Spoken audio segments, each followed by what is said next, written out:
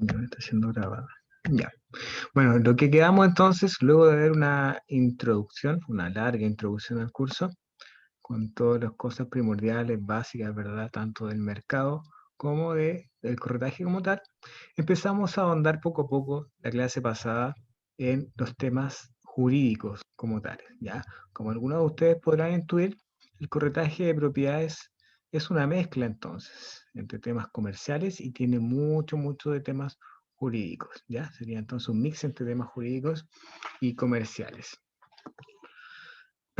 Dijimos que la importancia de conocer terminología legal entonces sería mayor profesionalismo y entender de lo que estamos hablando. Lo primero que vimos fue como piedra angular las personas. Dijimos, ¿a quién le vamos a vender casas? A las personas. ¿Qué tipos de personas? Dijimos que habían personas naturales y también personas jurídicas. Puede llegar entonces a ustedes una persona como tal, ya natural, caminando, o puede llegar el representante de una empresa, en cuyo caso sería una persona jurídica. Ya vamos a ver más adelante también qué documentación se les va a pedir a cada uno dependiendo de qué tipo de persona es. Dijimos que las personas naturales estaban en el artículo 55 de nuestro Código Civil. Si más adelante ven abreviado CC, eso significa Código Civil. ¿Ya? Son personas todo el individuo de la especie humana, cualquiera que sea su edad, sexo, estirpe y condición. En contraposición estaban las personas jurídicas, en las cuales son una ficción legal, ya es una persona ficticia, a los cuales se le atribuyen características propias de las personas naturales, como nombre, domicilio, patrimonio propio, etc. Y estas nacían con su constitución y morían con su disolución. Algo que tienen que entender también es que la mayoría de los casos las cosas en derecho se extinguen de la misma forma en que se hacen. Cuando, por ejemplo, queremos dejar una escritura pública, agregarle alguna escritura pública, tiene que ser también por escritura pública. ¿Ya? Ese sería un buen ejemplo. Dijimos también, cuando vimos los usufructos de la clase pasada, es que nadie puede transferir más derechos de los que tiene. Ese sería otro principio, por decirlo así, en el caso de la venta, por ejemplo. Si una persona tiene solamente usufructo, no puede transferir el dominio. ¿Ya? Después seguimos andando, dijimos que había un PowerPoint a modo de resumen que servía principalmente para estudiar. Naturales, jurídicas, con fin de lucro, sin fin de lucro, con fin de lucro se llaman sociedades, las sin fin de lucro pueden ser de derecho público o privado, como las municipalidades, y privado como las corporaciones o fundaciones. Dijimos que cómo amarrábamos entonces a los clientes, cómo le dábamos seriedad a estas relaciones jurídicas, lo hacíamos a través de los contratos. La definición de contrato estaría en el artículo 1438 de nuestro Código Civil. Nunca olvidar también que lo pactado obliga, ¿ya? Las partes tienen entonces la obligación de hacer cumplir sagradamente como que lo que está en el contrato es ley. ¿Mm? Dijimos que habían diferentes tipos de contratos. La primera clasificación que vimos en la clase pasada hacía alusión a si eran unilaterales o bilaterales. Unilaterales, como lo podría ser la donación, o bilaterales, como lo podría ser la compraventa o el arrendamiento de un predio rural o urbano. ¿Ya? Unilaterales entonces y bilaterales. Dijimos posterior a eso que aún para la aplicación de nuestro oficio había una clasificación más importante que hacía alusión a los contratos solemnes y consensuales. Los solemnes, principalmente, cuando está sujeto a la observancia de ciertas formalidades especiales.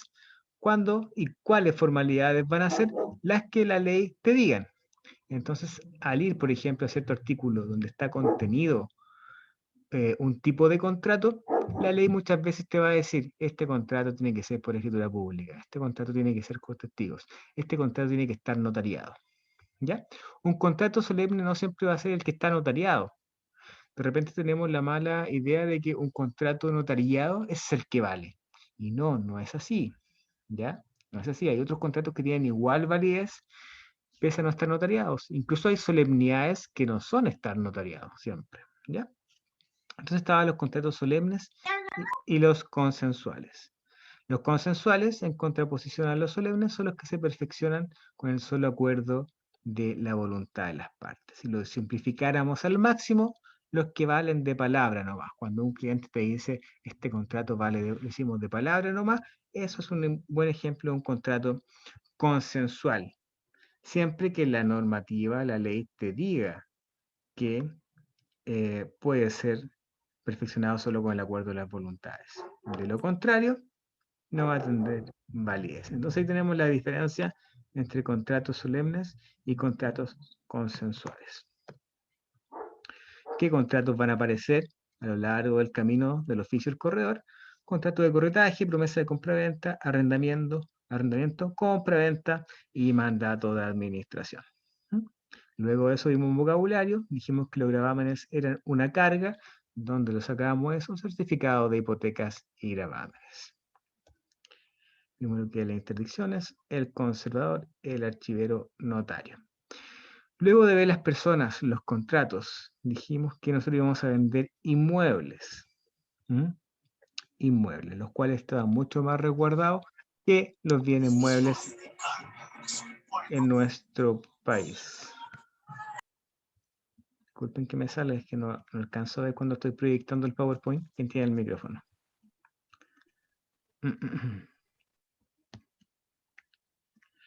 Bueno, entonces dijimos que legalmente había una diferencia entre cosas muebles y cosas inmuebles. Las cosas muebles, ¿cómo se podrían entender? Las que se pueden mover de un lugar a otro, y las cosas inmuebles, a grandes rasgos y en general, las que no pueden moverse de un lugar a otro.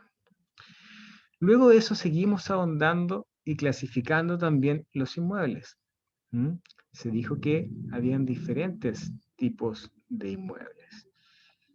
Por ejemplo, inmuebles por naturaleza, que eran los terrenos, son las cosas que no pueden trasladarse de un lugar a otro sin que se altere su sustancia. Tú no puedes mover un terreno sin que se te rompa el suelo, la tierra en sí no puede moverla. Los inmuebles por adherencia, que son los bienes muebles, que se consideran inmuebles por estar permanentemente adheridos a un inmueble. Por ejemplo, los edificios, las casas, los chalets, las bodegas, etc. Y aquí vimos una ficción legal también, que son los inmuebles por destinación, que son las cosas muebles que se consideran inmuebles porque si se sacaran de ahí, el inmueble en sí perdería valor. Ya el código nos habla de arados, de bueyes. Ya dijimos también el ejemplo de una imprenta. Si yo sacara las impresoras, las guillotinas, las tintas y todo eso y lo comprara, sería solamente un galpón vacío. Perdería validez. Estas cosas muebles se pueden no incluir, como dijimos el caso también pasado del caballo favorito, ya el caballo Mario. Eso lo podemos sacar si las partes están de acuerdo, de común acuerdo. Seguimos avanzando y dijimos que cuando uno vendía un inmueble, lo que pretendía transferir era el dominio, ¿ya? El dominio también conocido como propiedad. Entonces, este dominio tiene tres elementos: uso, goce y disposición, como si fuese una torta o una pizza, por decirlo así, ¿ya? Uso, goce y disposición. Entonces tiene el dominio de propiedad la persona que tiene estas tres facultades o atributos. Si te falta uno de esos, tienes un dominio limitado o incompleto. El primero de ellos era el uso, normalmente entendido. Tú puedes usar de tu inmueble o tus cosas como tú lo plazcas, no siendo contra la ley o contra derecho ajeno. Dimos el ejemplo de tener marihuana, por ejemplo. Estaría vulnerando ley 20.000, por ejemplo. Pese a ser tu inmueble, no puedes. O un caso más actual, tú no puedes hacer un carrete en tu casa en la actualidad pandémica porque estás vulnerando también algunas normativas de orden público, ¿verdad? Que tienen que ver con la salud pública. No puedes, en mi casa, sí es tu casa, pero estás vulnerando también el derecho de los demás y la ley. Dijimos que estaba el ius utendi, uso, ius fruendi, que tenía que ver con los frutos. ¿Ya? Fruendi, fruto. Entonces el goce está vinculado con los frutos. El principal fruto que ustedes van a ver va a ser un fruto civil. ¿Cuál va a ser este fruto civil? El alquiler de un edificio o el precio de arrendamiento de tierras. Ya lo que se percibe entonces ese dinero se llama fruto civil. y tiene que ver con esta facultad de goce. Había también otra que era la facultad de disposición. En base a este principio yo puedo hacer lo que quiera con la casa. Si quiero sacar una muralla, puedo. Si quiero destruirla con un hacha, puedo. ¿Mm? Pero aún así, en esta facultad de disposición había ciertas limitaciones. Por ejemplo, si nos toca un edificio que es de algún casco histórico, ¿verdad? O que tiene una significación importante para nuestro país. No puede llegar y destruir o demoler una muralla de ahí porque va a tener también un gravamen, va a tener una carga extra de ser patrimonio cultural. ¿Ya?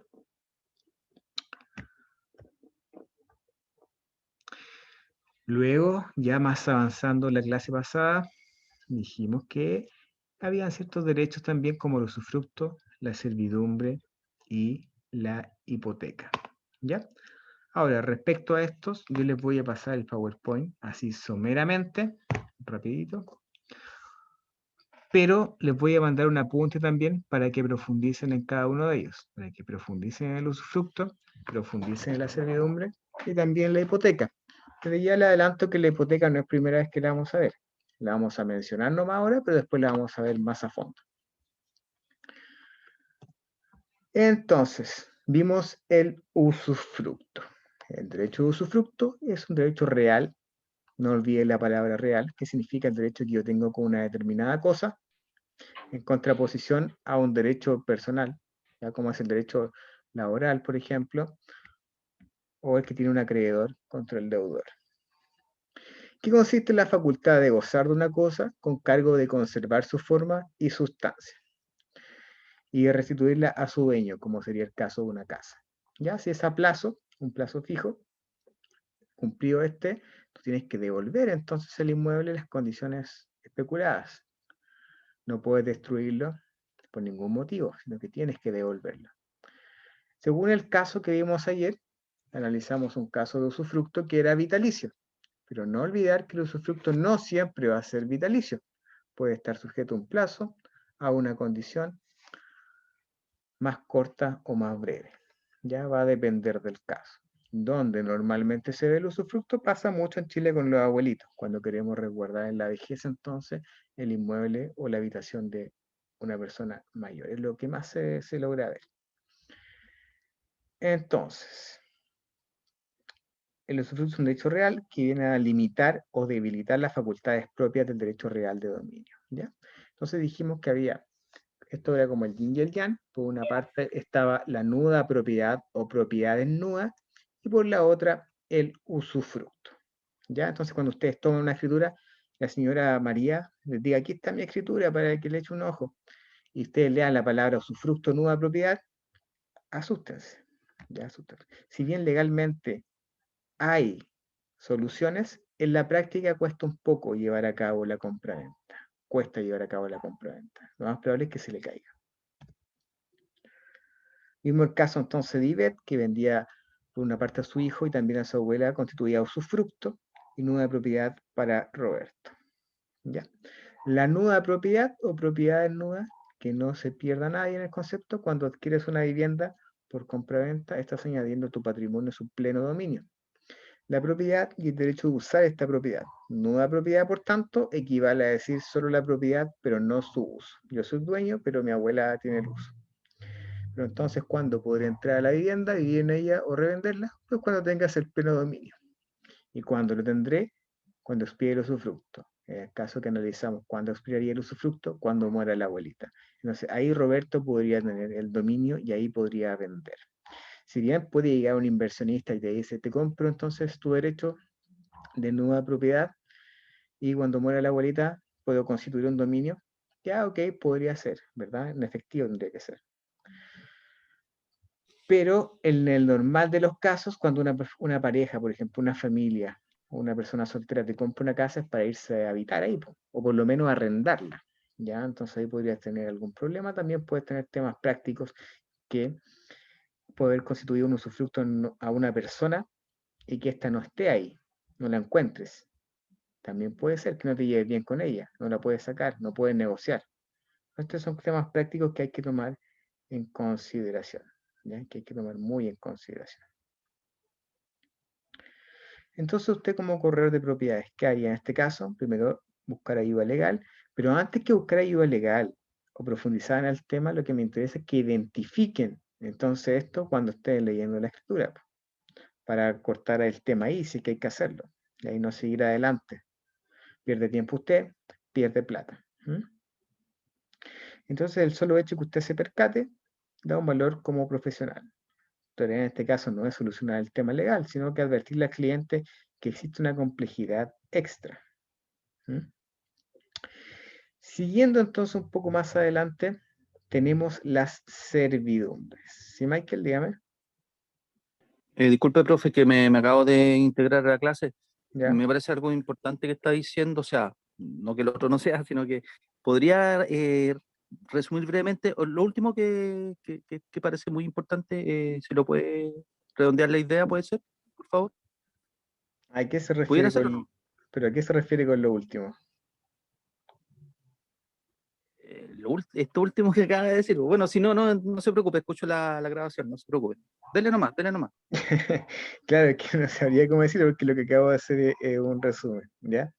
Ahí si tiene alguna duda futura, Michael, me pregunta, ¿ya? Pero claro, lo ideal es que se conecte un poco más antes de la clase para que no quede perdido. Igual va a tener la grabación a su disposición. Entonces, cambiando de derecho limitado, por decirlo así, tenemos la servidumbre. Yo creo que las que ustedes más han escuchado es la servidumbre de agua, ¿ya? O también la servidumbre de paso. Serían como las dos más populares que se pueden topar. Servidumbre de agua o servidumbre de paso. Más comúnmente la de paso. En el derecho a servidumbre es la denominación de un tipo de derecho real que limita el dominio de un predio denominado fondo sirviente en favor de las necesidades de otro llamado fondo dominante, perteneciente a otra persona. ¿Ya? Entonces hay un fondo sirviente, un fondo dominante, y ambos, para que tenga gracia esto, tienen que ser de diferentes personas. Tienen que ser de diferentes personas. Llevado a lo más gráfico, una servidumbre de paso sería esto. Tenemos la carretera por ahí, tenemos la finca sirviente y el dominante. Tenemos la finca 1 y la finca 2. Entonces, para que la finca 2 tenga cabida a la carretera, tendrían que hacerle ese caminito. ¿Ya? Ese caminito para que logre salir a la carretera. Se estimaría que deberían ser de unos 3 metros. Con 3 metros de servidumbre. Este caminito no es gratis. Igual tiene que haber una retribución. ¿Ya? Tiene que hacer una retribución. Ahora, tiene que ser necesario, totalmente necesario, que la finca 2 no tenga otro acceso a carretera, por ejemplo. ¿Ya? Que no tenga otro acceso. Porque si aquí por la izquierda hubiese otro acceso de carretera, no habría necesidad de que se creara la servidumbre. ¿Ya? O también se considera de que se tiene que dar la servidumbre si es que hubiese una carretera acá y antes de la carretera un río y la construcción de un puente sea de un cargo o de un costo desmesurado. Ahí también tendría la obligación la finca 1 de dar una servidumbre. ¿Ya? Si esta servidumbre se deja de usar, también se puede dejar sin efecto. Si se deja de usar. Por ejemplo, si se hagan aquí un nuevo camino y se deja usar esta servidumbre, se puede volver a restituir esta para la finca 1. Entonces la servidumbre para eso sirve. Y se lo van a topar. ¿Dónde va a estar esto? En el certificado de hipoteca de gravamen salen las servidumbres. Aquí tenemos entonces lo mismo, pero en inglés. Tenemos ahí el caminito, la parcela B y la parcela A. ¿Ya? Si esto fuera una sequía, también tendría lógica. ¿Ya? No podría taparla, por ejemplo, con escombro en la parcela B. Imagínense que en vez de un caminito, esto fuera una sequía con agua fluyente. No podría llegar y taparla. Existen diferentes tipos de servidumbres. Están las de paso, las de aguas, de acueducto, de luces, de vista, de aire, ecológica, de líneas eléctricas. Las principales van a ser estas dos, de paso y de agua. Vender una parcela o un fondo o un predio que tiene servidumbres no es ningún obstáculo. ¿Ya? No es ningún obstáculo. No tiene una carga mayor como si la tenía el usufructo. ¿Ya? Clasificación. De acuerdo al artículo 800, ¿sí, Mario, dígame?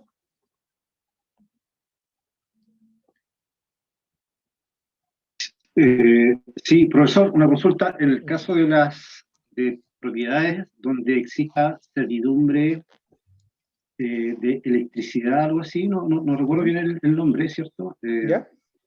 Ese, ese tipo de servidumbre eh, quita el precio a un terreno o influye negativa o positivamente desde el punto de vista del corretaje. ¿Es conveniente trabajar un terreno así? O sea, me refiero para ofrecerlo, venderlo, o eso le causa tiene un efecto negativo en el valor. Mira, en cuanto a metraje, sí va a tener perdón, lo voy a silenciar porque se escucha un ruido de fondo. Mira, si bien tiene repercusiones monetarias, estas repercusiones monetarias no van a ser relevantes al momento de vender una casa que tenga una servidumbre, ¿ya? Ahora, va a depender también del tipo de servidumbre y de la superficie de esta. Ya si es un camino de 3 metros para que el fondo traspase, no tienes por qué tener repercusiones negativas. Aparte, una de las gracias de la servidumbre es también que no tiene que causar un daño, ¿ya? Un perjuicio grave al fondo sirviente. Es decir, en vez de poner un camino por la orillita, tú no puedes ya chantarle un camino de 3 metros al medio de la propiedad, como vamos a ver a continuación. ¿Ya? Por lo tanto, no tendría repercusiones negativas a grandes rasgos al momento de vender una casa que da un caminito o una servidumbre. Para que no se asusten. Asústense hasta el momento con el usufructo. Pero con la servidumbre no van a tener mayores complicaciones. De acuerdo entonces al artículo 831 del Código Civil, las servidumbres pueden ser naturales o legales. Las naturales, aquellas que provienen de la natural situación de los lugares. Por ejemplo, te queda una parcela atrás. Legales, aquellas que son impuestas por la ley, por ejemplo, la servidumbre de tránsito. Por esta razón, el propietario del predio sirviente puede ser obligado a que dicho predio soporte la servidumbre aún en contra de su voluntad. ¿Ya? Entonces se puede ir a tribunal en caso de que no te quieran dar una pasada.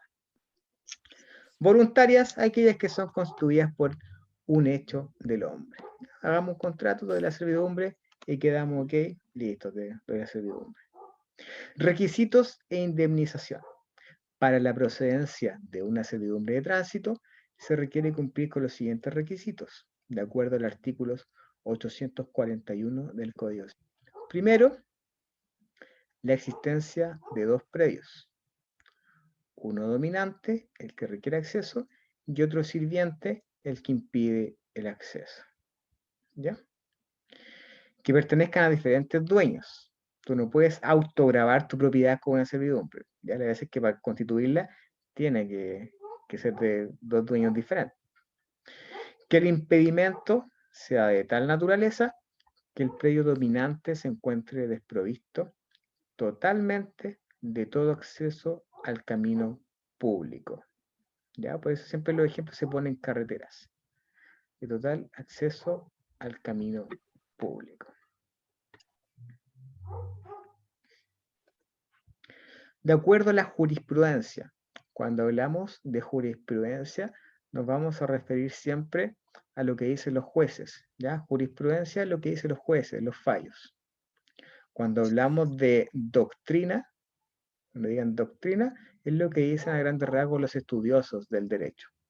¿Ya? Doctrina es lo que dicen los estudiosos del derecho y jurisprudencia es lo que dicen los jueces.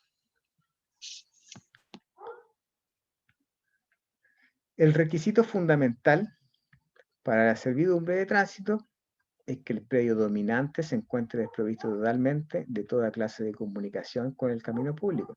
Al respecto, la jurisprudencia señala que aquello tendría lugar cuando el predio dominante solo tiene una salida verdaderamente impracticable, dada la topografía del terreno, o que para habilitarla exija gastos excesivos, como les dije el ejemplo de un puente, construir un puente, ancho porque vas a un río para acceder al camino, y desproporcionados en relación con el valor del predio. Quizás te salga más caro hacer un puente grande que tu propio terreno, y el terreno necesario para la servidumbre y el resarcimiento de todo otro perjuicio.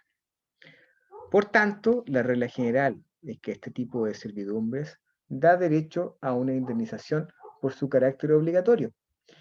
La excepción se encuentra señalada en el artículo 850 del Código Civil, que dice: en el caso de que se vendiera o se permutara alguna parte de un predio, o si es adjudicada a cualquiera de los que poseían pro indiviso, y en consecuencia esta parte viene a quedarse separada del camino público, se entenderá concedida la servidumbre de tránsito a favor de ella, una servidumbre de tránsito sin indemnización alguna.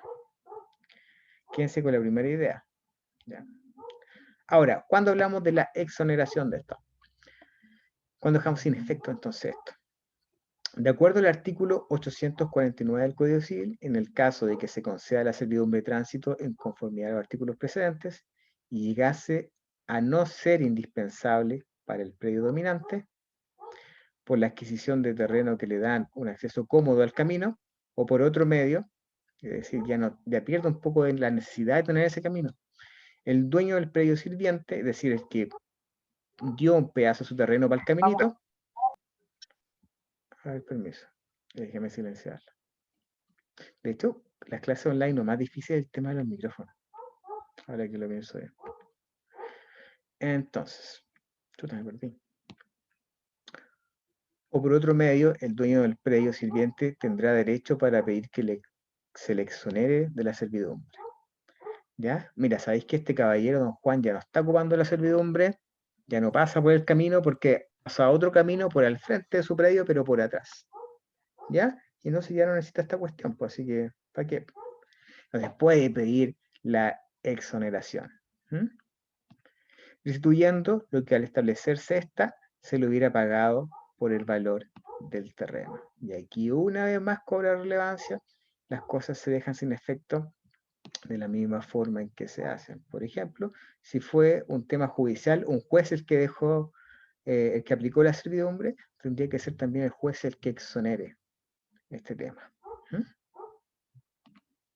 El artículo 847 del Código Civil dispone lo siguiente: si un predio se haya destituido de toda comunicación con el camino público por la interposición de otro predio, el dueño del primero tendrá derecho para imponer a los otros la servidumbre de tránsito en cuanto fuera indispensable para el uso y beneficio de su predio, pagando el valor del terreno necesario para la servidumbre y resarcimiento de todo otro perjuicio. ¿Ya? Entonces, si es necesario e indispensable, tienen que darte el caminito, pero lo tienes que pagar. A grandes rasgos eso es.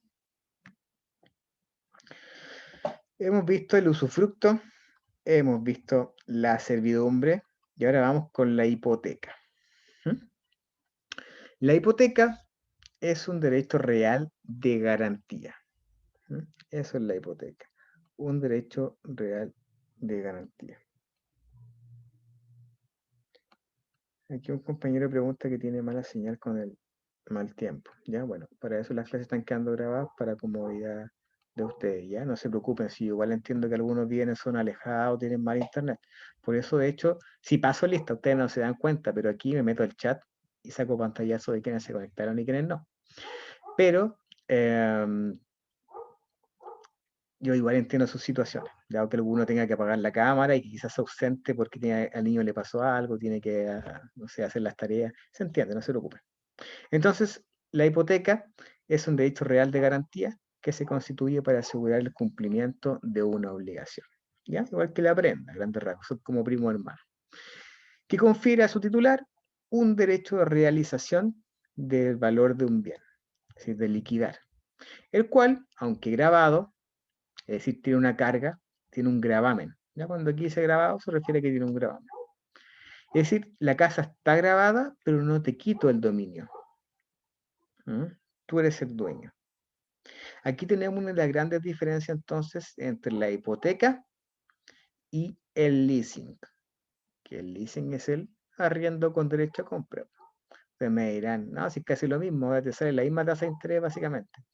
Sí y no, porque en la hipoteca la casa es tuya, pese a estar grabada, y en el leasing no es tuya hasta aquí, ya está la última cuota, la pagada. ¿Ya? Es una de las grandes diferencias. En caso de que la deuda garantizada no sea satisfecha en el plazo pactado, promover la venta forzosa del bien grabado y liquidar la deuda. ¿Mm? Y liquidar la deuda. ¿Puedo vender mi propiedad si aún la estoy pagando? Sí. Puedes vender tu propiedad si aún la estás pagando. La mayoría de las casas en zonas céntricas o departamentos, cuando se venden, aún se están pagando. ¿Mm? ¿Y cómo se hace eso? A través de un procedimiento llamado alzamiento de hipoteca. ¿Ya? Si una casa sale, está hipotecada, no se asusten. ¿Ya? No se asusten entonces ni con la hipoteca ni con la servidumbre.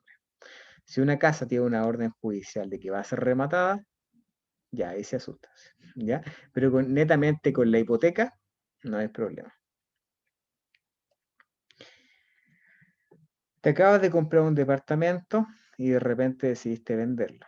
Ahora, los bancos te ponen también una condición. Tú no puedes comprar una casa y a los 3 meses venderla. ¿Ya?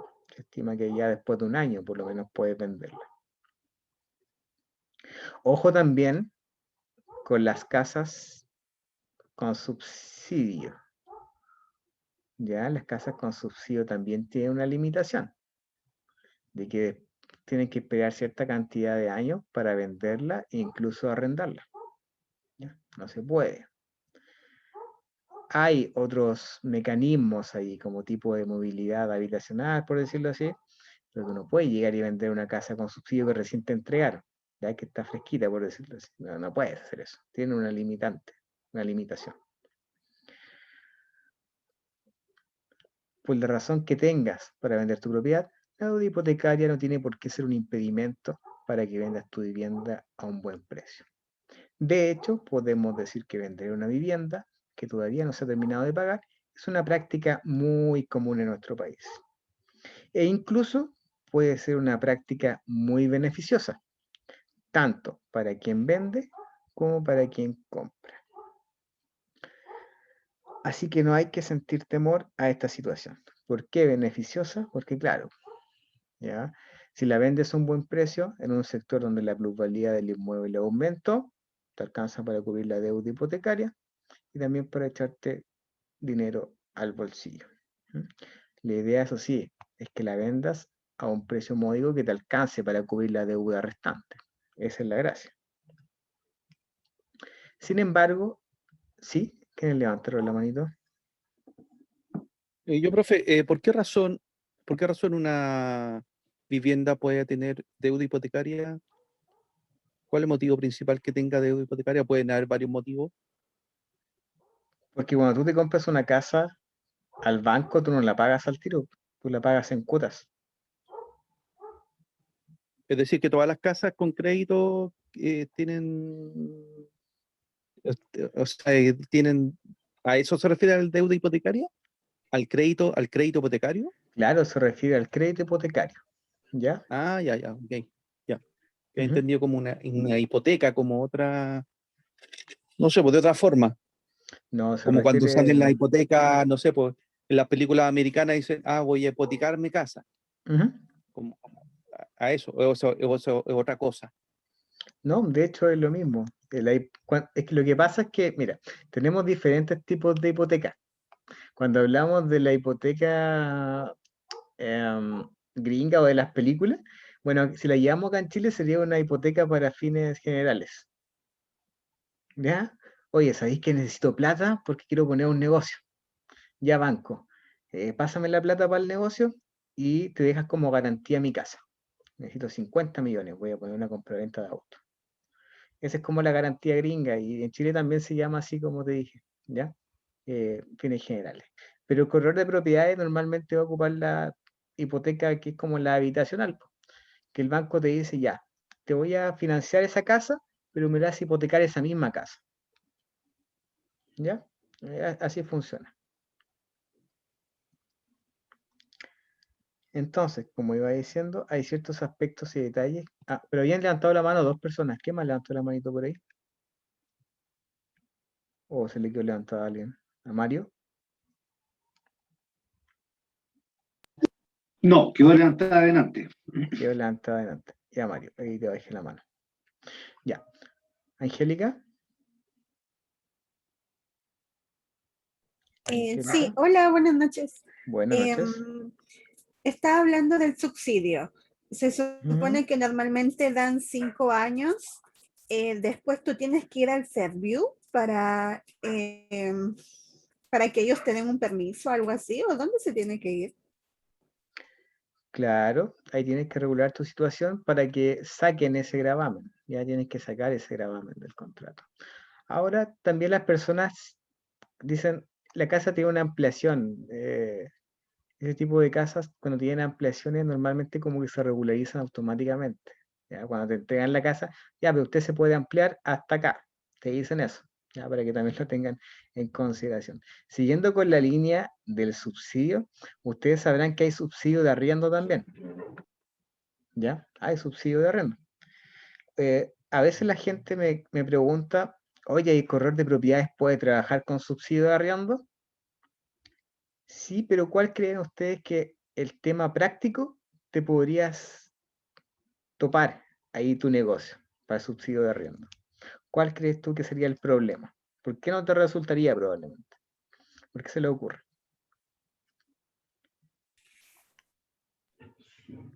Es porque lo hacen directamente Por la con- comisión. Ah, ¿quién dijo ahí? ¿Por la comisión? Ah, Yo, explíqueme eso. Francia, Ya, explíqueme eso. porque la comisión no se la llevaría en este caso nosotros, pues se la llevaría no sé quién es el que da el subsidio de arriendo, pero tengo entendido que así que uno no se lleva la comisión, porque es un beneficio que está recibiendo la persona. Sí, pero aún yendo más básico relacionado con la comisión, ¿qué problema La podría capacidad de surgir? pago de la persona. Exactamente, Porque si exactamente, están dando subsidios, tampoco tiene la solvencia como para pagar una comisión, una garantía y un arriendo. exactamente.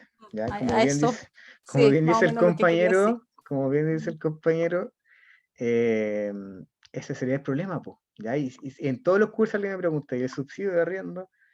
Si una persona está postulando un subsidio de arriendo y es porque no tiene solvencia económica, pues entonces, ¿cómo le voy a decir, ya, ahora págueme 200 lucas de comisión? No, pues, ¿de a dónde? No te las va a pagar, porque no tiene la solvencia económica. ¿Ya? Ahora, este trabajo tiene que apuntar siempre a eso, a que la persona, la contraparte, tenga la solvencia para que les pague la comisión. Si no, no tiene brillo esto. Entonces, valor de la compraventa, eso es algo en lo cual se tienen que fijar. Con el fin de que puedes asegurar el pago del crédito, tienes que tener presente que el valor de la compraventa debe ser superior a la deuda financiera. ¿Ya? Aunque estés muy desesperado, no te van a pescar, no te van a hacer un lanzamiento de hipoteca si el precio de venta es menor. No te van a pescar. Considerar revaloración del inmueble, tanto como positiva normalmente si te puso una estación de tren al frente. Ese departamento ya no vale 55 millones, quizás subió a 65, aumentó la plusvalía del lugar. Antes de vender, debes investigar sobre la plusvalía del sector donde se ubica el inmueble, porque si está aumentado, entonces podrás vender a un mayor precio. Ya de lo contrario, si es un foco, no sé, cuando hacen marchas y que terminan en destrozo, siempre es ahí. Y eso te devalúa un poco el inmueble. Bueno, esperar un poco a que aumente, pues se revalora entonces y ahí vendes. Son cosas que hay que tomar en consideración. Y pasa mucho que hay casas que devalúan, o no se devalúan, pero nos aumentan lo que deberían aumentar respecto a la inflación, por ejemplo. ¿Cuáles son estos casos? Cuando están las casas cerca de los estadios, las casas, si bien aumentan por la inflación, pero lo hacen lentamente. ¿Ya? No aumentan su valor las casas cuando están cerca de los estadios. Así que son cosas que están en común. Por ejemplo, conozco un caso cercano que acá en Buin. Ya en Buin se puso una empresa de enlatados, la Concagua. Y las poblaciones, los condominios, no son poblaciones que estaban cercanas a Aconcagua, son casas muy bonitas, pero se vieron un poco desvalorizadas en comparación al resto de los condominios también cercanos por el tema del mal olor. ¿Ya? Ese tipo de cuestiones hay que tomarlas en consideración también. Eso vamos a volver con la hipoteca, ¿ya? Les voy a mandar apuntes complementarios también sobre la servidumbre y el usufructo, ¿ya? Hasta el momento se les está haciendo un poco denso, no están entendiendo nada, entienden poco, tienen miedo porque en la cuarta clase y hay harta materia. Cuéntenme sus pareceres. Yo personalmente Ajá. encuentro que sí, como que de repente me confundo un poco, pero estoy haciendo la tarea de leer y empezar a ver las clases para ir Genial. entendiendo un poco más. Entonces, esa Esa es es mi la idea. ayuda en este momento, sí. Claro, esa es la idea. Ya viendo 2 veces Sí. las clases uno va entendiendo, ¿ya? Porque O claro, sea, yo hoy recién empecé, sí. claro, yo lo entiendo igual que a veces uno a esta hora tiene el cerebro un poco más dormido, hasta yo me pongo medio dormido. Sí. Entonces, claro, quizás verlo el otro día, un ratito, de a poquito, le hace bastante bien. Justamente, sí. Sí, eso estoy haciendo. Jimena.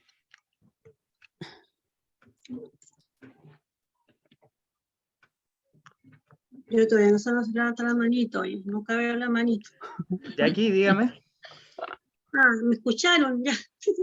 Lo que pasa es que a mí me pasa de que, bueno, ¿te puedo tutear, Diego? Sí, dígame. A mí me pasa que cuando tú, claro, cuando tú estás hablando y vas mostrando con la flechita el PowerPoint, tú eres súper claro para explicarlo, porque seguro me pasa eso a mí y quizás al resto de los compañeros también, a varios, porque tú dominas el tema mucho, pero yo sé que esto, me imagino, cambia mucho en terreno. Entonces, como tú decías el otro día, o no me acuerdo si en la casa de ayer o anteayer, dijiste que a veces uno tiene mucho conocimiento, pero no lo sabe aplicar.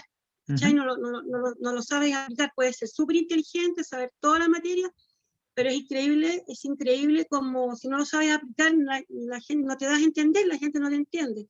Eso me pasa eso contigo, que yo te escucho y quedo súper clarita. Entonces, y escucho la clase, porque tú, para mí eres bien claro para explicarla. No me ha pasado en otro tipo de cursos. Pero después me voy al PowerPoint y voy leyendo y voy destacando y me voy acordando cómo lo explicaste tú, porque en efecto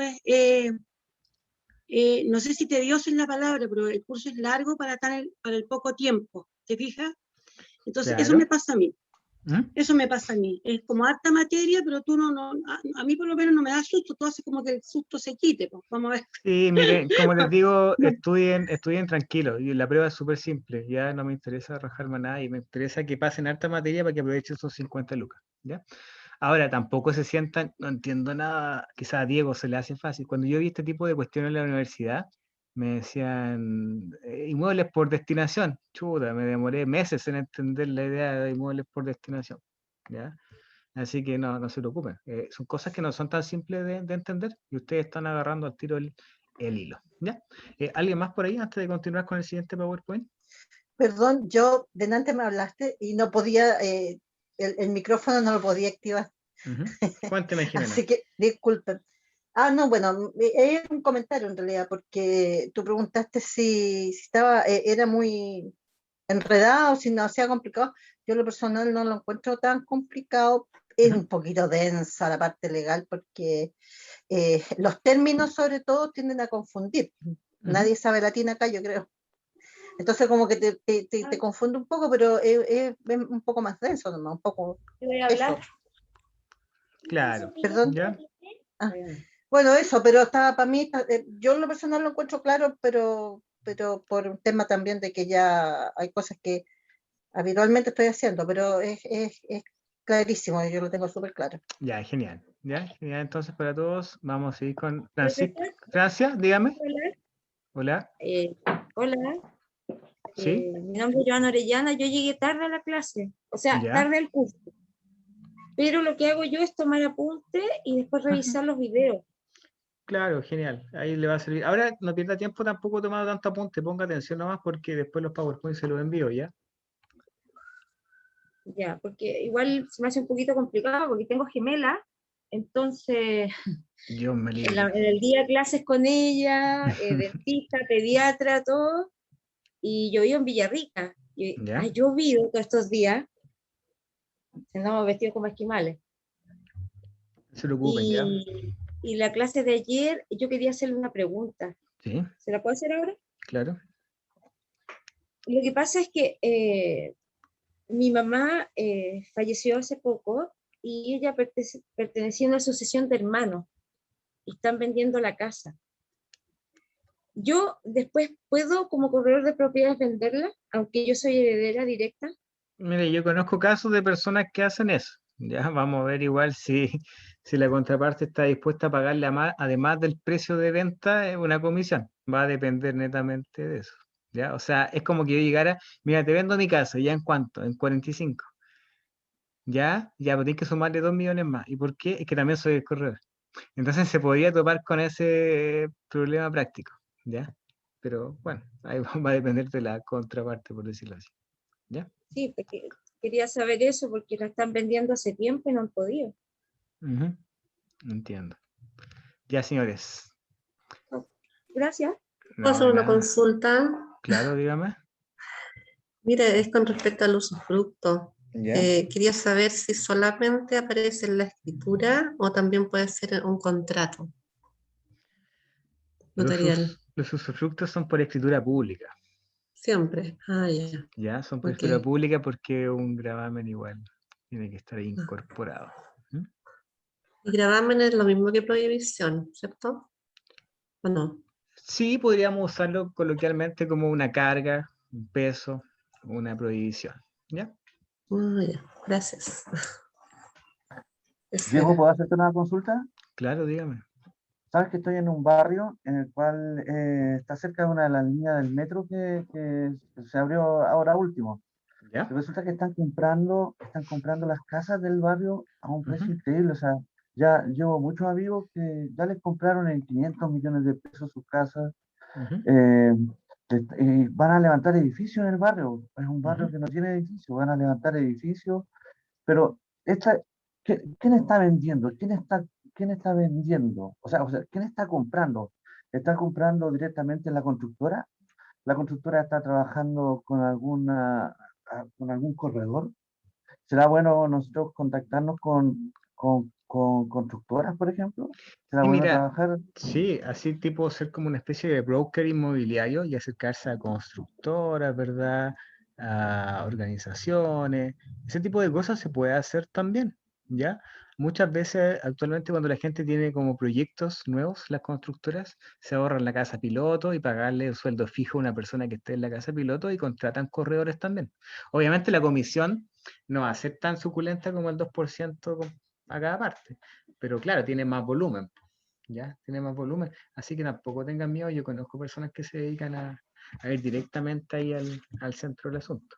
¿Ya? Así que si se atreve, vaya bien planificado con todo lo que va a exponer y lo expone. No pierde nada y puede ganar mucho. ¿Ya? Hay corredores, por ejemplo, que venden un complejo deportivo y se aseguran la vida con eso. Venden un complejo deportivo y era así, ya, listo, se jubilan. ¿Ya? Así que no tengan miedo en hacer ese tipo de cosas. Perfecto. Ok. Ya, le voy a bajar la manito porque después me confundo, pienso que están preguntando de nuevo. Ya, señores, continuamos. Entonces, para descomprimirle un poco el cerebro, vamos a pasar a un tema que es igual o incluso a veces más importante que el tema jurídico legal. ¿Ya? Pero que, claro, es un poco más fácil de entender, pero siendo más fácil de entender, a las personas les cuesta interiorizarlo. ¿Ya? ¿Por qué le cuesta interiorizarlo? Porque hay técnicas de comunicación que se pueden mejorar. Pero el corredor te dice que yo soy así, pues ¿cómo voy a cambiar? En mi estilo. Te dicen, en mi estilo. Y a veces el tipo es más desagradable que... Pero no, es su estilo, puede decir, no, ¿ya? En este negocio hay que irse puliendo, tanto con conocimientos técnicos, también como habilidades comunicacionales, ¿ya? Ahora, siempre hay técnicas de venta, de speech, y ese tipo de cuestiones está directamente relacionado con la neurociencia, indirectamente con la psicología. Lo que pasa es que cuando decimos técnicas de venta se nos viene al tiro de la cabeza como estafa piramidal. Ah, estoy vendiendo batidos. Pero no, son cosas que igual están comprobadas, ¿ya? Técnicas de comunicación efectiva.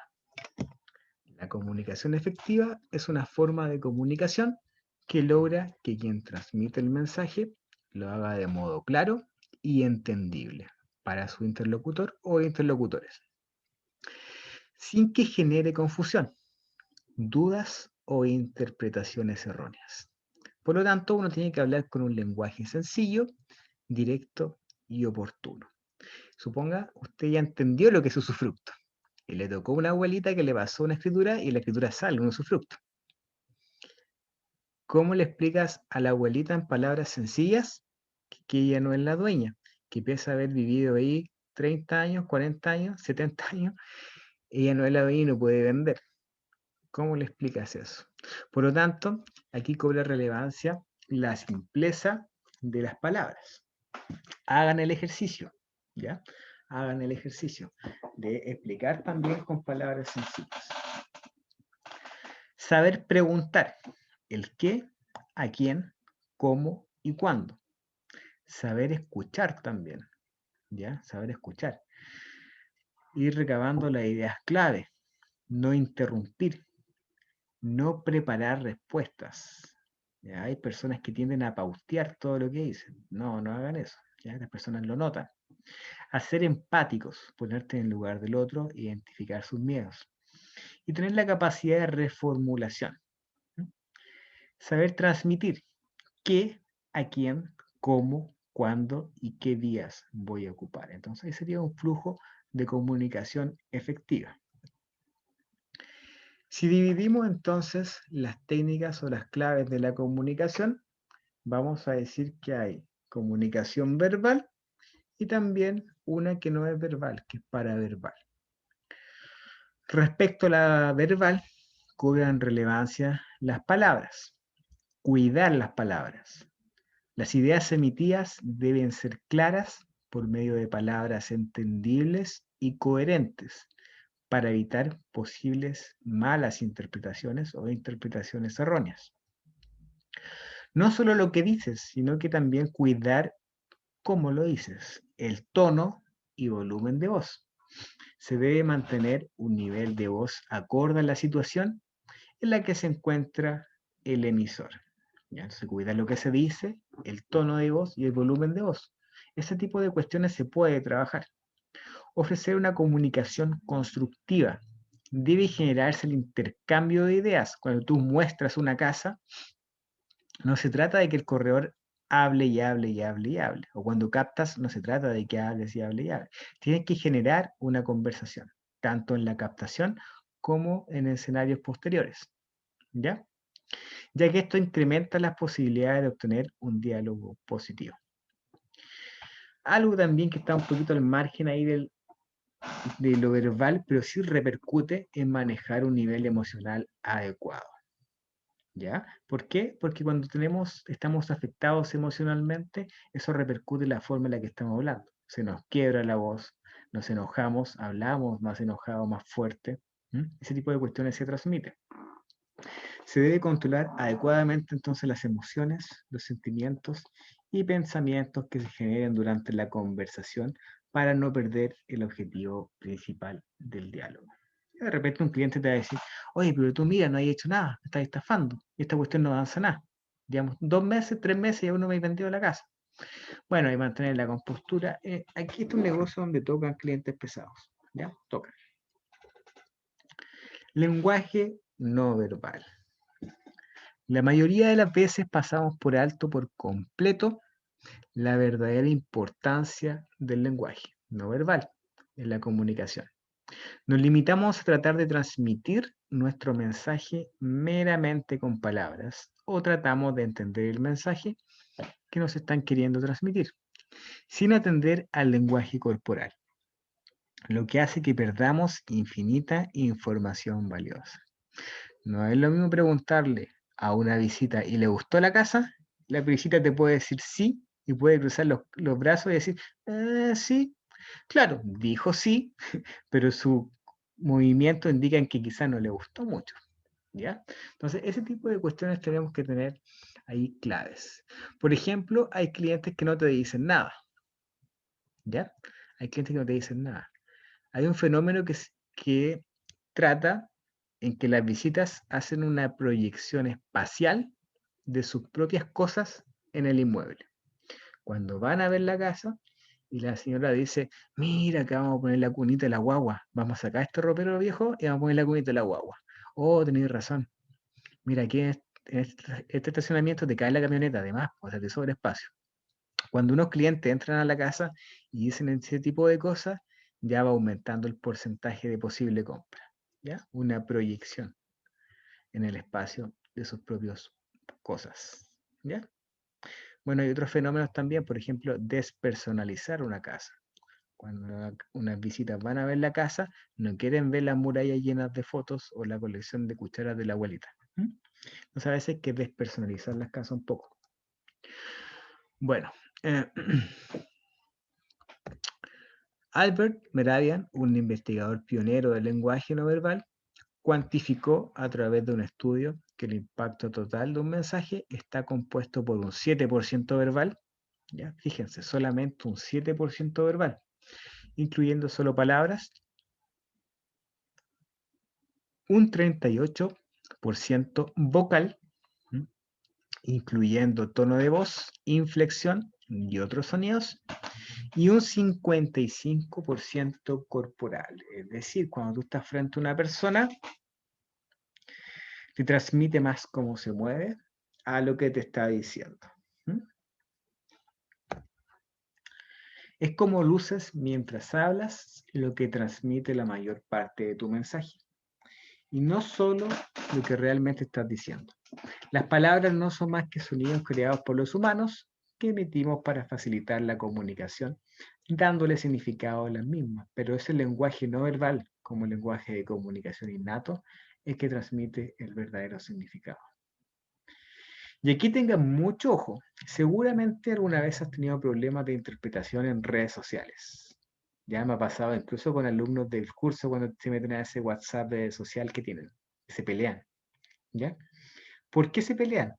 Porque, bueno, de partida no se están viendo y no pueden extraer información de su lenguaje paraverbal o no verbal. Por lo tanto, cuesta un poco aplicar la ironía o algunas bromas a través del lenguaje escrito de WhatsApp.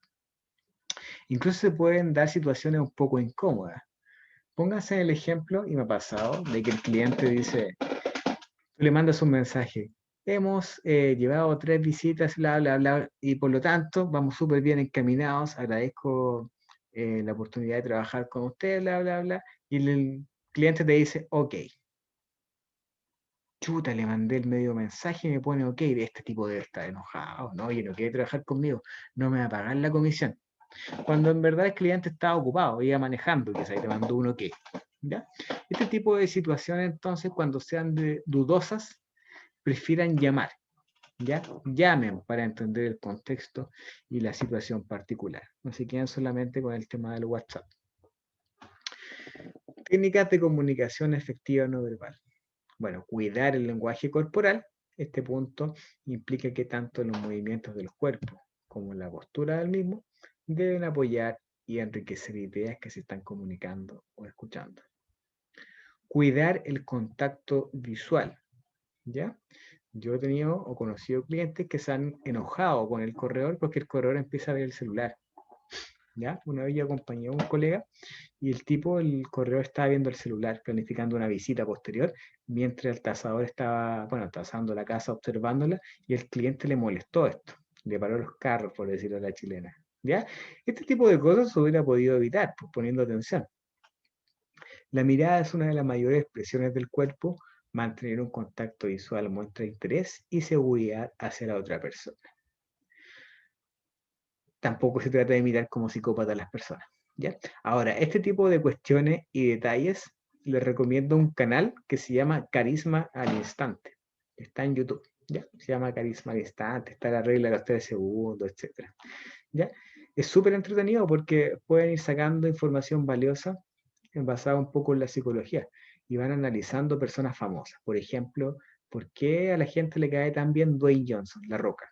¿Ya? ¿Por qué todos aman a La Roca en el fondo? Y lo analizan, ahí sus comportamientos, sus entrevistas, y pueden ir sacando ahí información. Cuidar los gestos de la cara. La gesticulación es una de las expresiones más directas de comunicación. Evitar hacer algún gesto negativo ayuda a no alterar el objetivo central de la conversación. Escuchar activamente. Es importante ser empático con el receptor, a pesar de no estar de acuerdo con su punto de vista. Se debe entender su perspectiva y escuchar sin pensar en cómo argumentar. No, es que la casa es muy chica. Sí, sí, pero ¿dónde va a encontrar una casa de este valor? Es que le falta una pieza, pero puede construir una casa. Este tipo de conversaciones tampoco están así, ¿ya? No se trata de un alegato, estás conversando con el cliente. Quizás esa casa no le guste, pero puedas tener otra que sí le guste y que sí le puedas vender. Respecto a la posición de las manos, también es súper relevante. Palma hacia arriba demuestra una persona sumisa que no es una amenaza. Palma hacia abajo, autoridad. Palma cerrada señalando produce una sensación de sometimiento al receptor. Todo el apretón de mano era mucho más aplicable antes de la pandemia, ¿verdad? No hay nada más incómodo que cuando uno, no sé, va a una entrevista o conversa con otra persona y te aprieta la mano fuerte por demasiados segundos. Es como, ¿y qué le pasa a este? Este tipo de cuestiones también toma relevancia. O alguien ahí en una entrevista de trabajo te toman la mano y te golpean el hombro. Eso es súper incómodo también, como oye, este tipo me quiere someter acá. ¿Ya? Así que también este tipo de gestos de comportamiento tiene mucha relevancia. ¿Para qué decir los pies? Ya, ¿cómo está? Adelante, adelante, joven. Siéntese en el silloncito ahí, siéntese. ¿Le traigo algo, un vasito con agua? La posición de los pies cuando está sentado también. Intenta que tus pies siempre estén mirando hacia el frente, en especial cuando tengas un diálogo. Tus pies deben apuntar directo hacia la persona con la que te encuentres hablando, ya sea de pie o sentado. Es que tus pies apunten en otra dirección, da a entender que la conversación no es de tu interés e inclusive quieres irte rápidamente en caso de que apunten hacia la puerta.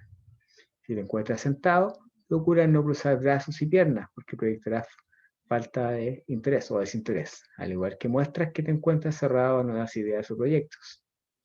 Además, las piernas exageradamente abiertas al sentarse proyectan un dominio tipo exuberante, o sea, son incómodos, no se desparramen en los sillones. Entonces, en resumen, simplificar el lenguaje, escuchar activamente, limitar las emociones y vigilar las señales paraverbales. ¿Qué ganamos? Ganamos en precisión y eficacia comunicativa, aprendemos de la crítica constructiva, creamos un clima positivo que fomenta el diálogo y la comprensión, comunica aceptación y aumenta la motivación de nuestro interlocutor, podemos conseguir una mayor empatía, se fomenta el aprendizaje en ambos sentidos. Se previenen conflictos y se facilita su resolución, mayor coordinación y mejor trabajo en equipo, facilita el éxito de las negociaciones. Baja tolerancia a la frustración. Algunas personas no son capaces de tolerar la más mínima molestia, contratiempo o demora en la satisfacción de sus deseos y no soportan ningún sentimiento o circunstancia desagradable. Sepan que en ese trabajo van a pasar malos ratos. Ya tienen que ser tolerantes. Sumado a eso, les van a tocar clientes de diferentes tipos, personas, ideologías, religiones, comportamiento, color político, tendencia sexual, lo que sea. ¿Ya? Y hay que ser tranquilo, la verdad, intentar entender a la contraparte, aunque hay algunos que llevan unos comportamientos ya bastante, pero bueno, tienen que adaptarse nada más, ¿ya? Adaptarse. Siempre tienen que tener en cuenta la orientación al cliente, satisfacer las necesidades del cliente. Y satisfacer la necesidad del cliente no siempre es vender la casa, ¿ya? Sino que darle una experiencia. ¿Mm? Hoy por hoy las ventas son una experiencia, hacer sentir cómodo al cliente. Yo he tenido clientes que ni siquiera yo le he vendido la casa y después vuelven a recomendarme. ¿Es por qué? Porque tuvieron una buena experiencia conmigo, me hice sentir bien, entre comillas, fue un trabajo ameno. ¿Mm? Ese tipo de cuestiones entonces perduran en el tiempo. La orientación al cliente es una actitud permanente.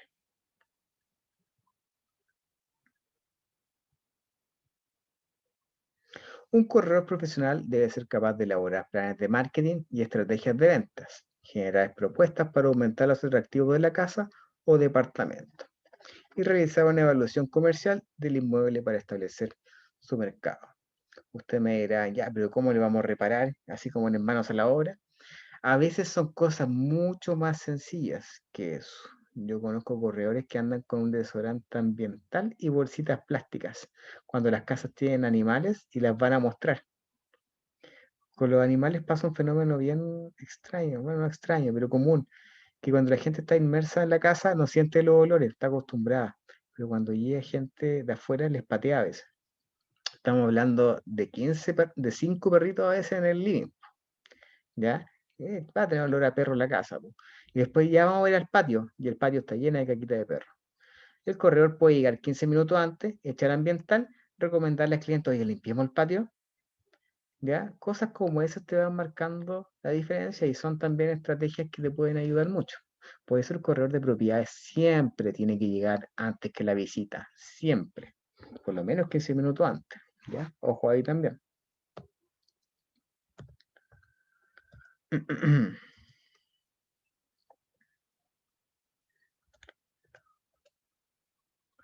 ¿Conoces tu producto?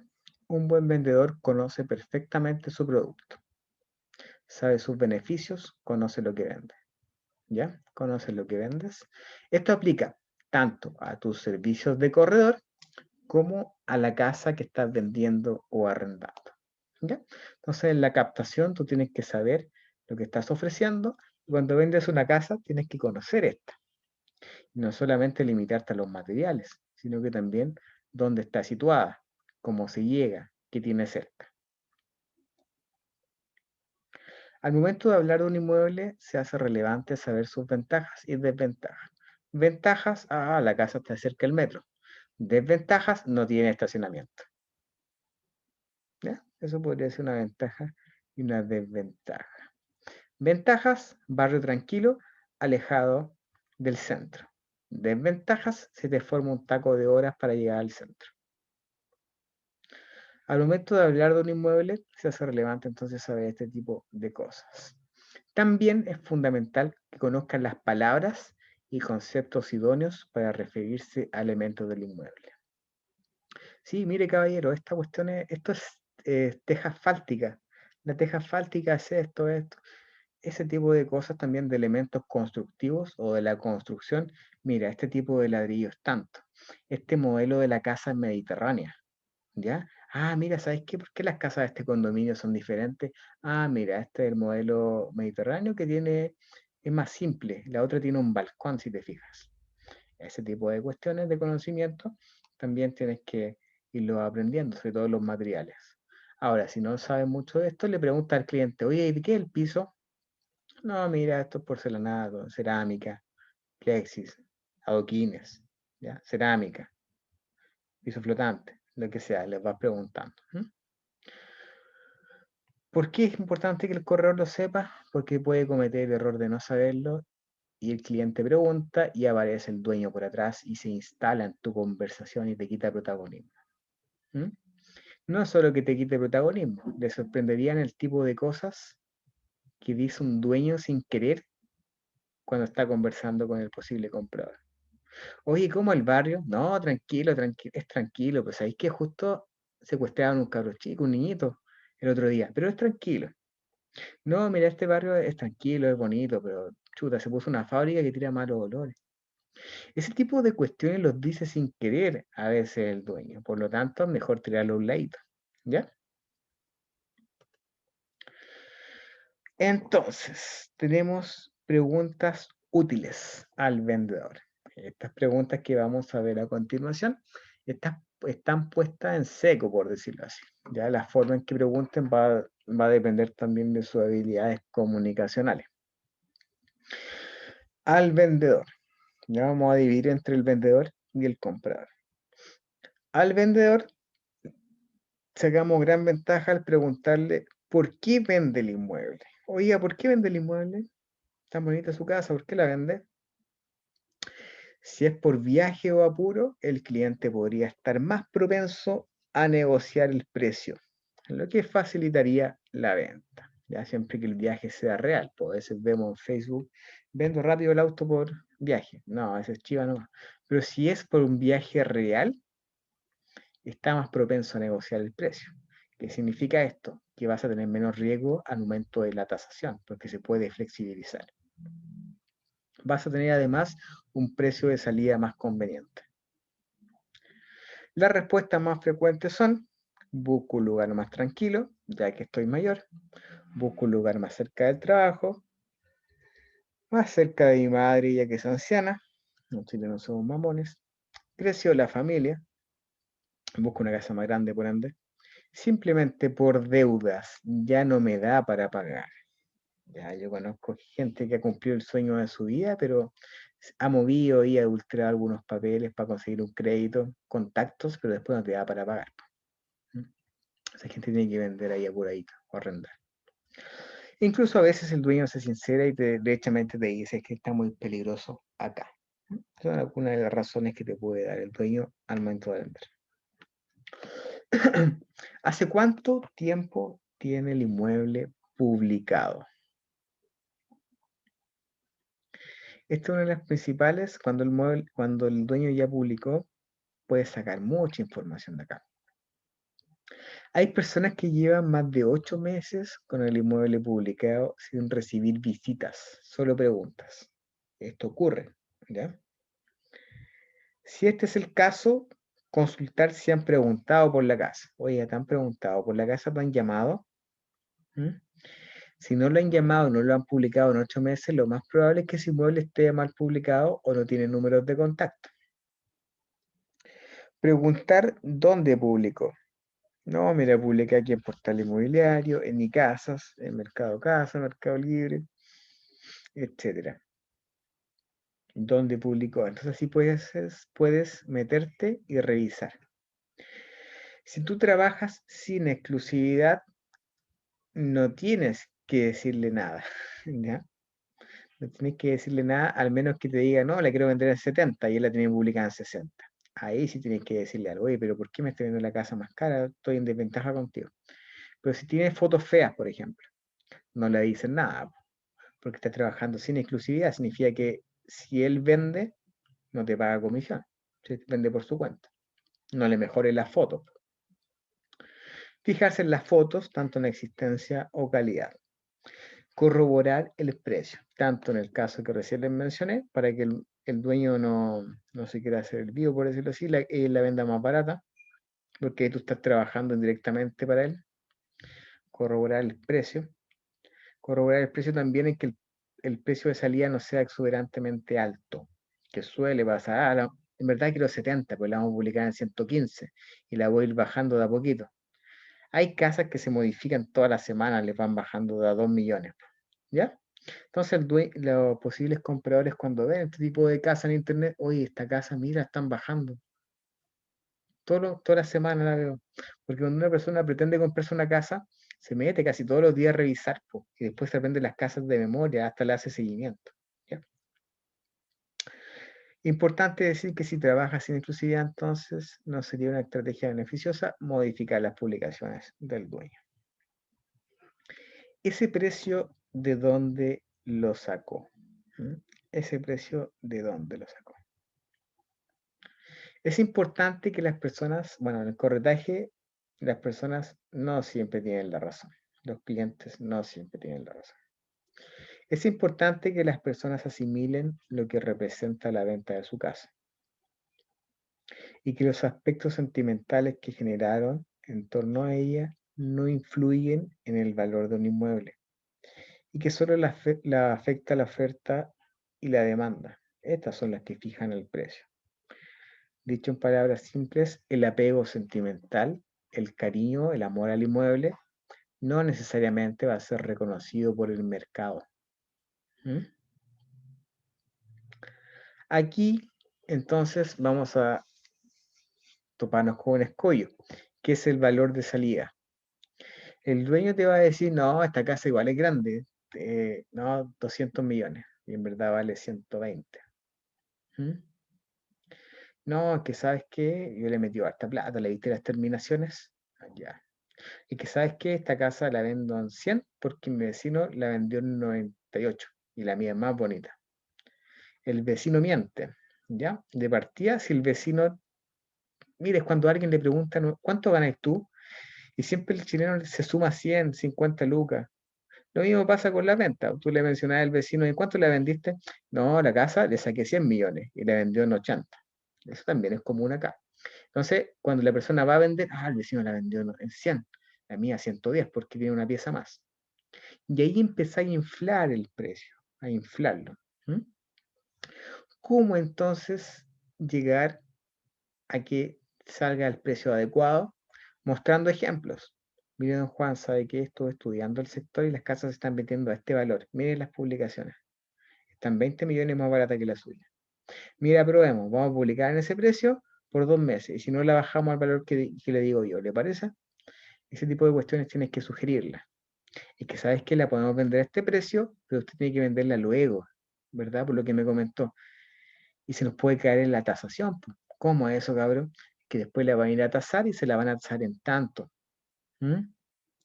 Que lo que significa que no va a tener el excedente de la contraparte, sino va a caer la venta, vamos a perder tiempo, ¿se fija? Bueno, esas son formas entonces de hacer entrar en razón al vendedor cuando tiene esas ideas particulares. Mostrarle ejemplos, conversar con él. A veces se va a enojar, pero chuta, esa también es tu labor, para aconsejar.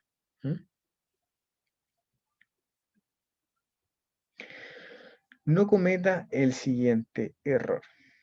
Un error común es cuando, sí, Mario, dígame. Sí, todos estos principios que estamos viendo, todo esto, el contenido que estamos viendo, ¿cierto? Hacen referencia a propiedades casa-habitación. ¿Estos mismos principios son aplicables para predios agrícolas? Sí, totalmente son aplicables para predios agrícolas. Los predios agrícolas también tienen un sobreprecio. Los predios agrícolas también se tasan. Si bien se tasan por especialistas, ingenieros agrónomos, porque tienen que ver, entre otras cosas, el nivel de productividad, redes de agua, etc. Los mismos principios son aplicables para inmuebles urbanos, como para inmuebles rústicos o predios agrícolas, incluso industriales. ¿Mm?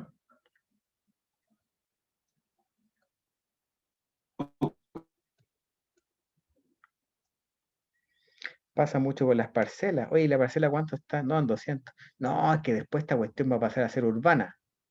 Ese tipo de cuestiones también es una forma de inflar el precio de salida. Más aún los predios agrícolas o parcelas. ¿Por qué? Porque por su valor muchas veces necesitan sí o sí de un crédito hipotecario o de un crédito. ¿Ya? Es más fácil que llegue un cliente que ahorró 40 millones y se compre una casa de que compre una parcela de 300, 200 millones. Por lo tanto, al momento de tasártela, va a ser más complicado. ¿Ya?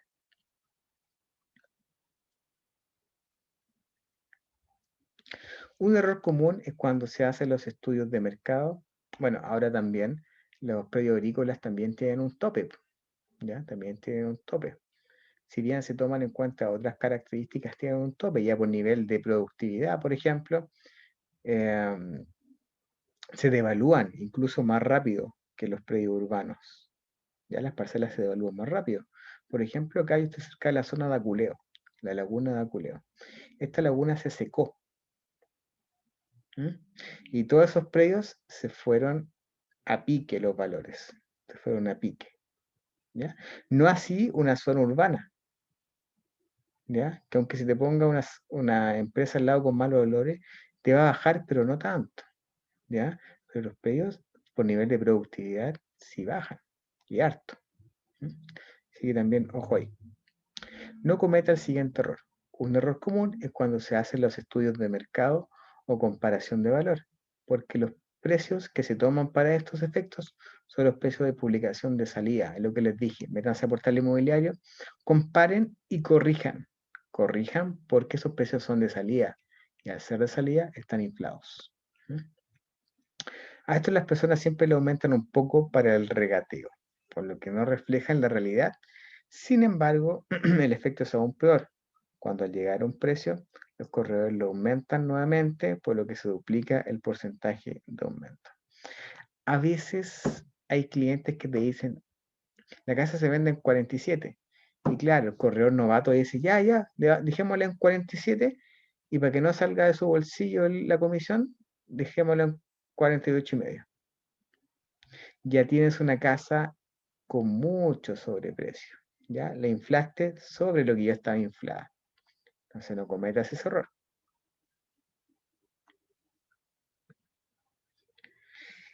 Está todo regularizado. Ya, no me voy a detener mucho en este punto porque les tengo un apunte especialmente hecho para ustedes sobre la regularización. ¿Ya? Sobre la regularización. Lo vamos a ver también más adelante. Esto influye en el valor de la tasación. Si la casa es medianamente nueva o pertenece a algún condominio, no va a tener problemas.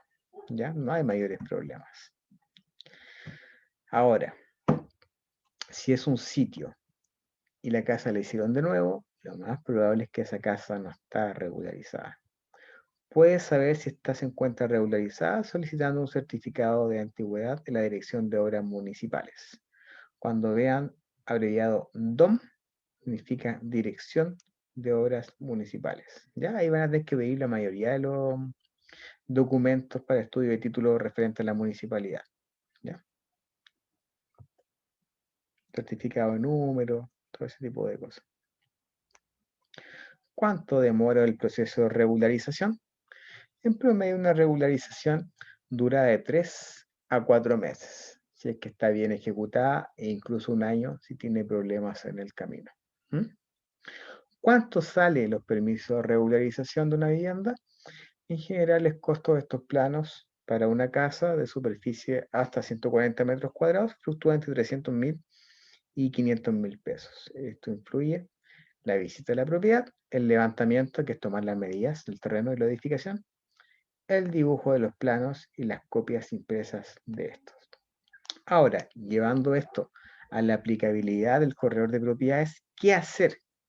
Ya trabajemos juntos, caballero. Trabajemos juntos, me convenció. Se ve bastante confiable usted, señor corredor. Trabajemos juntos. Ya vaya a la casa, le saca una fotito y le preguntáis, ¿está regularizada?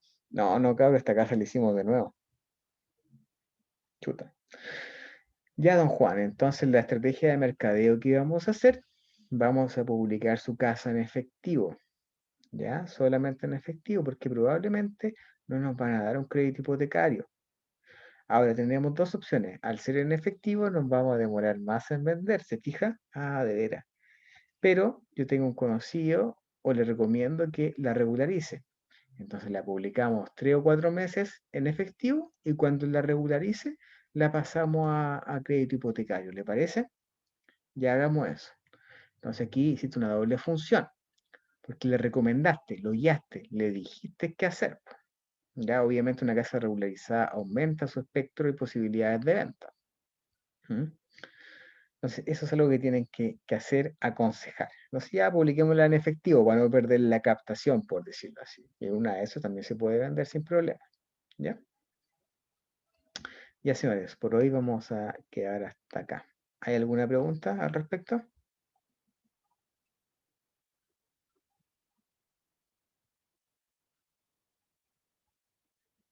Andrea, dígame. Consulta de lo último, que sale ahí las viviendas que no están regularizadas. Ahí cualquier vivienda, lo que importa en teoría es que esté el terreno urbanizado. Eso sería como lo primordial para poder regularizar una vivienda. ¿Perdón? ¿Cómo fue la pregunta? Discúlpame. Te escuché como Que cortado lo tendría último. que tendría que estar el terreno urbanizado para poder regularizar la vivienda, eso sería como lo principal. Claro, tiene que cumplir Eh, con ciertas características, ¿verdad? Para poder acceder. Por ejemplo, de repente te dicen, ay, ¿qué sistema de aguas hervidas tiene usted? Yo tengo un pozo. Y claro, tienes que ahí entrar a invertir un poco para poder acceder a la regularización. ¿Ya? Ya, sí, sí, es que eso me llama la atención porque he visto propiedades, de hecho, yo tengo un departamento que es social, Ujú, tiene 15 años de prohibición, tengo una movilidad habitacional, ajá, se me ha hecho muy difícil poder venderlo, ujú. porque es difícil, parece que lo puedas vender con movilidad, de esto también es un motivo de los que hice el curso. Y he visto hartas casas que están bastante económicas comparadas con otras, pero están con el tema de que sea en efectivo, Ujú. porque no están totalmente regularizadas. Entonces eso me Exactamente, llamaba la atención. Me daba miedo consultarlas porque a veces están bastante exactamente. atractivas, pero por lo visto no, Mira, no es tan...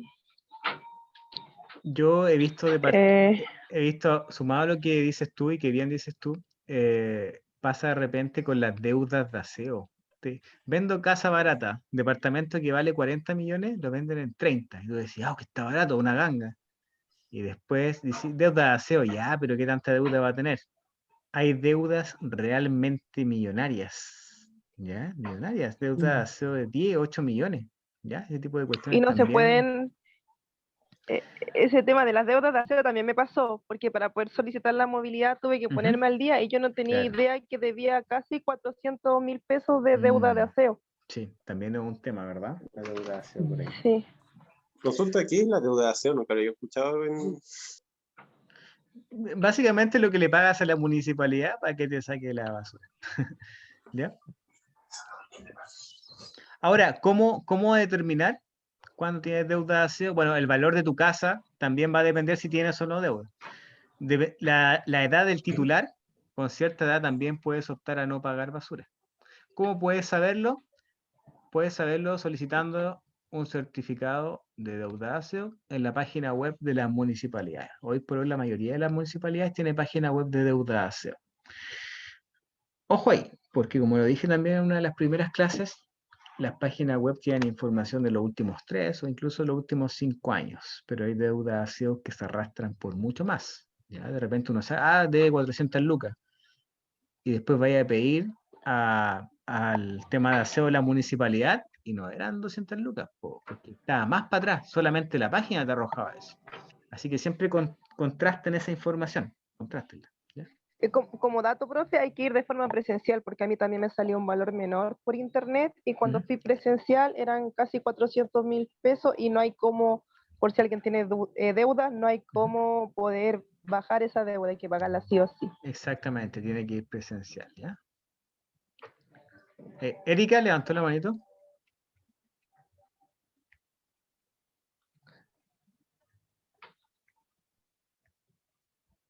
Déjame activarte el micrófono.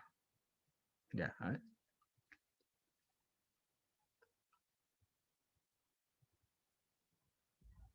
Ahora sí.